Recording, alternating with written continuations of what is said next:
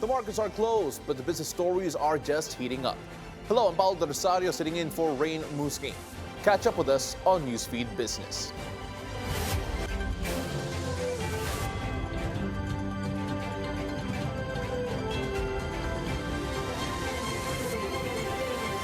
Hello, welcome to the show.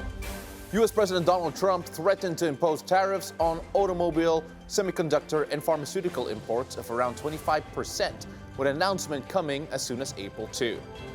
He also noted that major car and chip companies have approached his administration, suggesting new car plants are likely to be built in the United States. I do want to say while I'm up here, I've been contacted by some of the biggest companies in the world. And because of what we're doing economically and through tariffs and taxes and incentives, they want to come back into the United States. And we'll be announcing various very large companies, the biggest actually, and they'll be coming back, having to do with chips and having to do also with cars and lots of other things. We're going to be announcing some very, very big, momentous decisions are being made by companies all around the world, the biggest, and they want to come back into the U.S. Car plants are being canceled in other locations now because they want to build them here. And you read about a couple, not that I want to mention names or anything, but you read about a couple of big ones in Mexico just got canceled because they're going to be building them in the United States. And that's very simply because of what we're doing with respect to taxes, tariffs, and incentives. Last Friday, Trump hinted that levies on automobiles would be coming as soon as April 2. The day after, members of his cabinet are due to deliver reports to him outlining options for a range of import duties as he seeks to reshape global trade. Asian stocks are poised for early losses as the threat of a broader global trade war and geopolitical uncertainty continued to weigh on investors. Shares in Australia dropped 1% shortly after opening Wednesday, with the National Australia Bank Limited plunging by more than 8% after it announced a fall in earnings. Equity index fixtures for Hong Kong and Shanghai pointed to declines, while contracts for Tokyo's benchmark was little changed. A dollar gauged 0.2%, Bitcoin sank 2.3%. In other markets, oil snapped a three-session losing streak to settle near $72 a barrel after OPEC Plus delegates said the cartel may postpone supply increases set to begin in April. Gold surged at 1.4%, close to a new record high. I think the most interesting part of today's market is gold. Gold is rocking and rolling, making new highs. When gold does well, it's just telling you one word: uncertainty. People really don't know. Donald Trump is a wild card. Did you know we were going to be talking about Greenland and Panama Canal? Neither did I. And we don't know what's going to come next, but we know that we didn't expect it.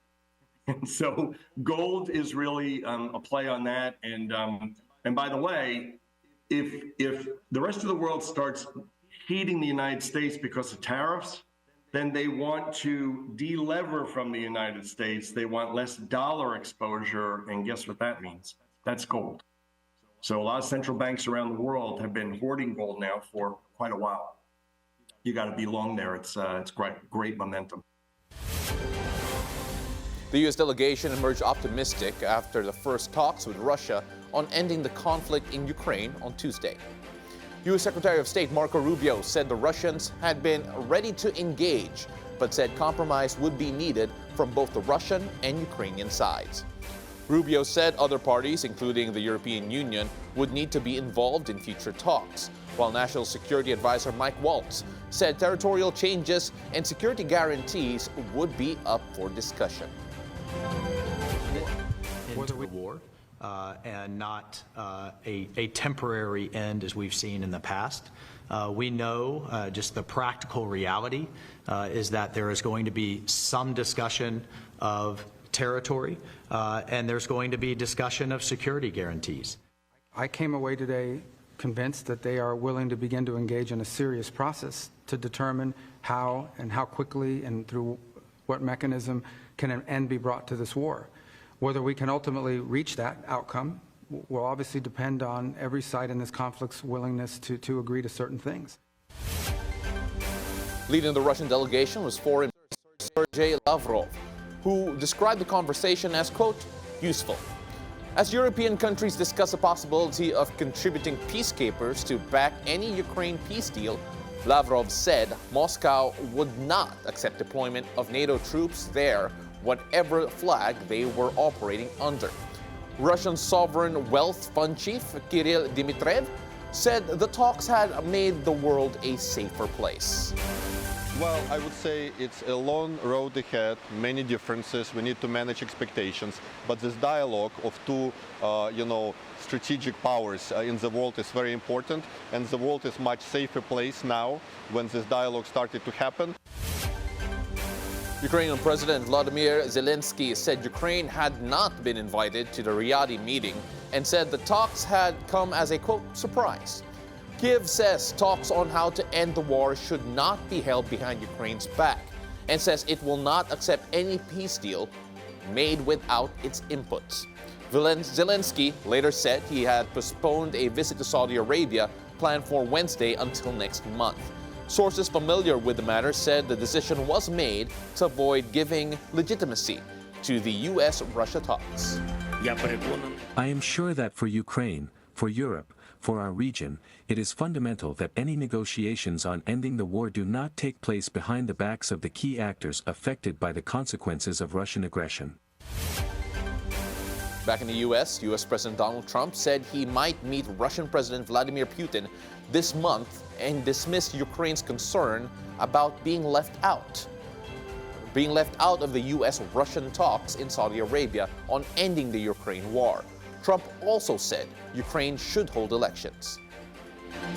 And I'm very disappointed. I hear that, they're upset about not having a seat. Well, they've had a seat for 3 years and a long time before that. This could have been settled very easily.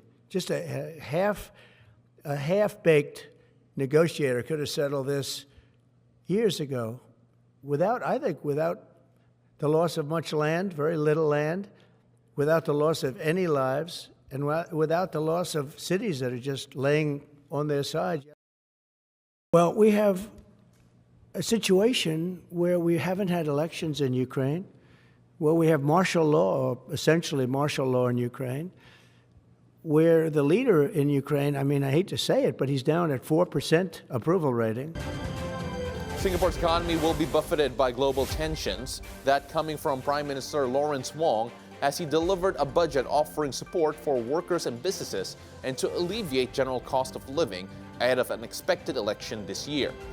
Also, the country's finance minister, Wong, said the United States and China were locked in a fierce contest for global supremacy, and the ripple effects from this will inevitably draw in other countries, including Singapore.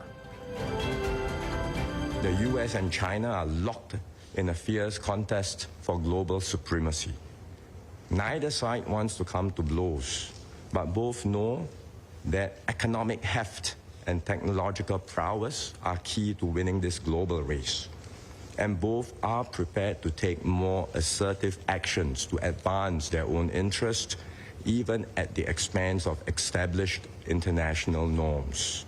So we can expect escalating attempts at containment and counter-containment with ripple effects that will inevitably draw in other countries, including Singapore. All these pressures will reshape the global economy and dampen prospects for global growth. As a small and open economy, we will feel the impact. We have done well so far. We bounced back strongly from the COVID-19 pandemic and ended last year on a strong footing. Singapore's GDP accelerated to 4.4% in 2024 from a revised 1.8% in 2023. But the Trade Ministry expects growth in 2025 to moderate to 1 to 3.0%.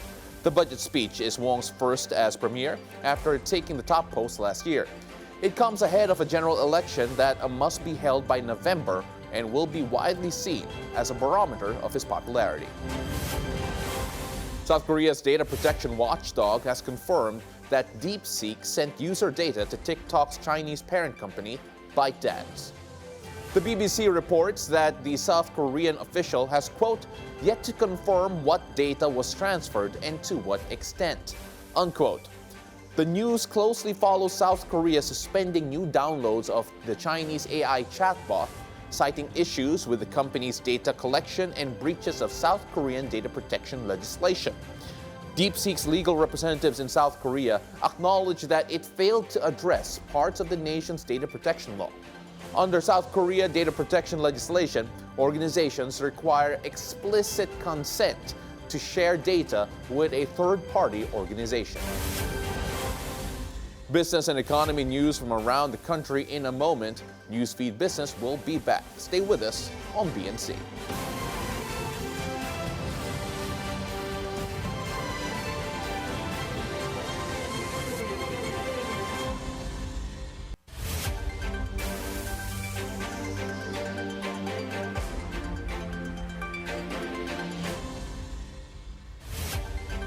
Welcome back. Still watching Newsfeed Business. I'm Paolo del Rosario. The Philippine Chamber of Commerce and Industry is warning that across-the-board wage hikes could backfire, raising inflation and hurting small businesses. PCCI Chairman George Barcelon tells the Bilyonaryo news channels follow the money.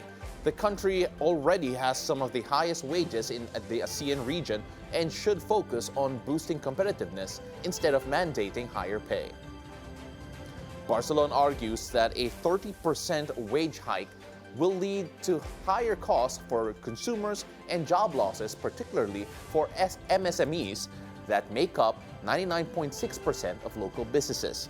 He adds that power costs and ease of doing business must be addressed to attract foreign investors. We have one of the highest wages already in the ASEAN region. Of course, we cannot compare to Singapore. Their GDP is much higher, in Malaysia. But the other ASEAN countries, including Thailand, Indonesia, and upcoming Vietnam and Cambodia, their wages are lower than ours. We don't want to price ourselves out of the competition. The Philippines saw a 20.4% increase in meat import in 2024. A record high 1.45 metric tons of imported meat entered the country, according to the Bureau of Animal Industry. This includes chicken, pork, beef, and turkey. The African swine fever outbreak disrupted the supply chain and drove up pork shipments. While the importation benefits consumers as market prices stabilize, concerns are raised on the impact on local livestock producers as they are forced to compete with cheaper imports. Philippine shares bouncing back to the 6,100 level. That's driven by investors' optimistic expectations to the fourth quarter and 2024 corporate earning results, as well as positive cues from the Wall Street. The PSE index ended higher by 0.4% to close at 6119, finishing the day as the fourth best performer in Asia. Majority of the sectorial indices ended in the green, with mining and oil rising the most at nearly 5%. Advancers also outpaced decliners, 98 to 89. The total value turnover stood at 5.2 billion pesos.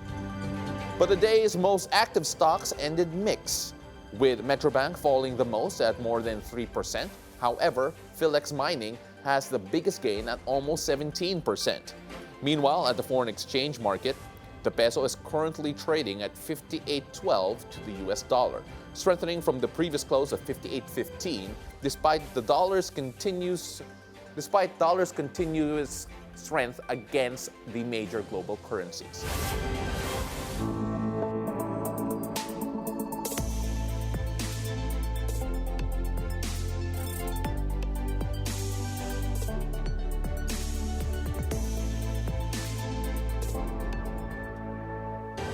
And that's a wrap for today's Newsfeed Business. Thanks for making us your daily source of financial insights. I'm Paolo del Rosario. Join us again tomorrow as we bring you the stories that help you plan your next big, bold moves in business. Only here on BNC, the Bilyonaryo News Channel. Follow the Money is next at 4:30. See you then.